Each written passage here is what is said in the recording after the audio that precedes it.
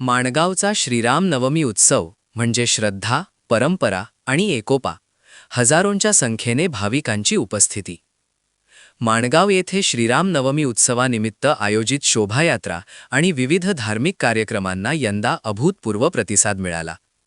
श्रीराम नवमी उत्सव समितीच्या वतीने पार पडलेल्या या उत्सवात पारंपरिक भक्ती, सांस्कृतिक रंगत आणि आधुनिक आकर्षणांची अनोखी सांगड पाहायला मिळाली.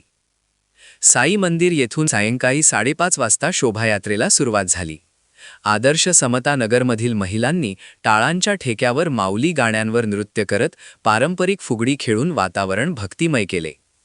वारकरी संप्रदायाच्या सहभागामुळे शोभायात्रेला अधिकच आध्यात्मिक रंग चढला.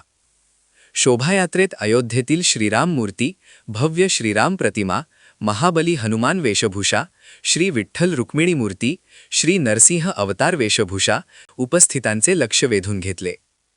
ढोल पथक, डीजे व लाइटिंग, CO2 ब्लास्ट आणि फटाक्यांच्या आतषबाजीमुळे संपूर्ण शहरात उत्साहाचे वातावरण निर्माण झाले.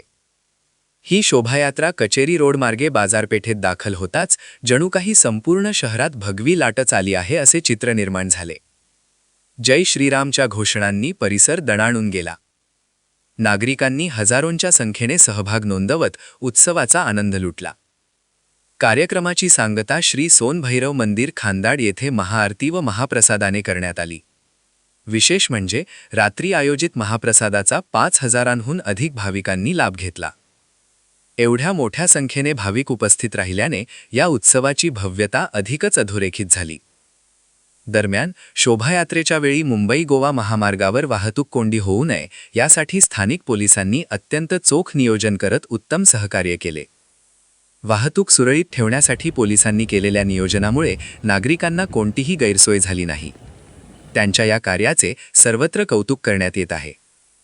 एकूणच श्रद्धा, परंपरा, एकोपा आणि प्रशासनाच्या समन्वयातून साकारलेला हा श्रीराम नवमी उत्सव माणगावात अत्यंत उत्साहात आणि दिमाखात पार पडला.